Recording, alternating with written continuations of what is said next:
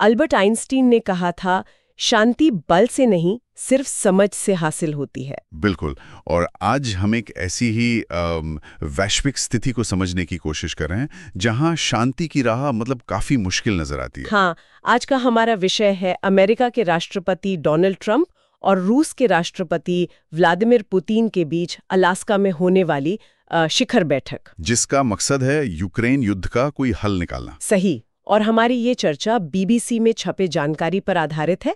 हम कोशिश करेंगे कि इसके हर पहलू को बारीकी से देखें। हाँ, और ये समझना यूपीएससी एस्पिरेंट्स के लिए तो जरूरी है, साथ ही उन सब के लिए भी जो दुनिया में क्या चल रहा है इसमें रुचि रखते हैं। तो हमारा लक्ष्य क्या है, मतलब इस बातचीत से हम क्या समझना चाहते हैं? देखिए, लक्ष्य है इस बैठक का कॉन्टेक्स्ट, इसका महत्व, दोनों तरफ की क्या उम्मीदें हैं और क्या नतीजे निकल सकते हैं, इसका एक संतुलित विश्लेषण करना। ठीक है, तो चलिए शुरू करते हैं। ये बैठक कब और कहाँ हो रही है और एकदम से इसका कारण क्या बना?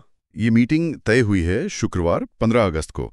जगह है अलास्का में एंकरेज का जॉइंट बेस एल्मंडोर्फ रिचर्डसन। अच्छा। और एजेंडा, जैसा हमने कहा, यूक्रेन युद्ध पर विराम लगाना। दिलचस्प यह है कि ट्रंप ने रूस को 8 अगस्त तक की डेडलाइन दी थी युद्ध विराम के लिए। हाँ, सुना था। तो जैसे ही वो डेडलाइन निकली, इस बैठक का ऐलान हो गया। और अलास्का ही क्यों चुना गया, कोई खास वजह? हाँ, इसके मतलब कई कारण हैं।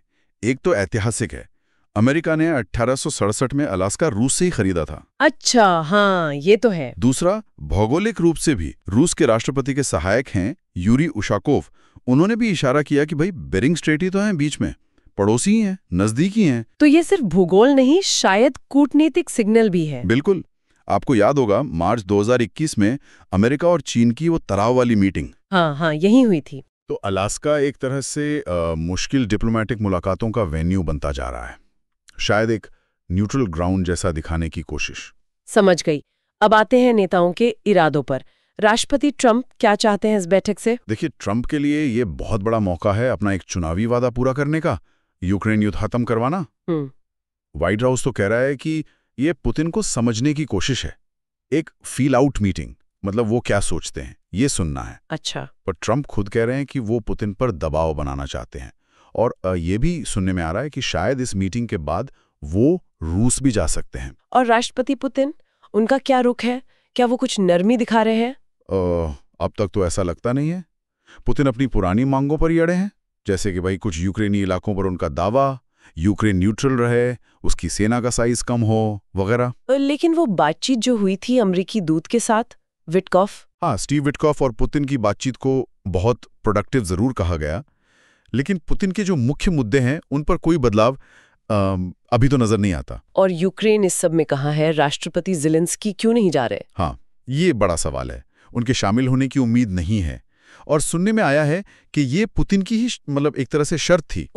लेकिन ट्रंप ने ये जरूर कहा है कि बैठक के ठीक बाद वो सबसे पहले ज़ेलेंस्की को ही कॉल करेंगे, और समिट से पहले भी ज़ेलेंस्की और कुछ यूरोपीय नेताओं के साथ एक वर्चुअल मीटिंग होनी है। पर ज़ेलेंस्की का क्या कहना है इस पर?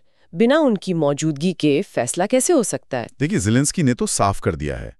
उन्होंने कहा है कि अगर यूक्रेन शामिल नहीं है तो कोई भी फैसला मृत निर्णय है, मतलब बेमानी है। सही बात है। और वो किसी भी हालत में जमीन की अदला बदली के लिए तैयार नहीं है। खासकर क्रीमिया या जो दूसरे इलाके रूस ने कब्जा किए हैं, उनको छोड़ने का तो सवाल ही नहीं। तो फिर समझौते की बात कहाँ से आ रही है? क्या कोई डील का अंदाजा है? मामला यही फंसता है।